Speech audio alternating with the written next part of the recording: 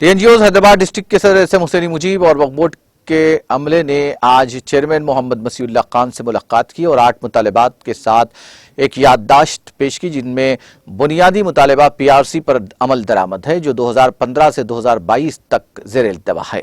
Contract मुलाजमीन को बाकायदा बनाने जैसे मुतालबात इसमें शामिल हैं। एसएम हुसैनी मुजीब ने मीडिया से बात करते हुए कहा कि हमने वक्फ बोर्ड को 3 दिन का वक्त दिया है कि वो इस मसले को हल करे, बसूरत दीगर हड़ताल पर जाएंगे।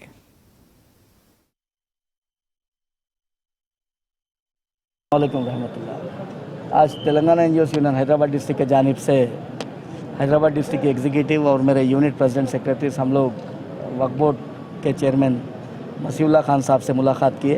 ये नोटिस उनको दिए आज। ये नोटिस में Telangana NGOs union Hyderabad district के जानिब से 8 डिमांड्स रखे गए।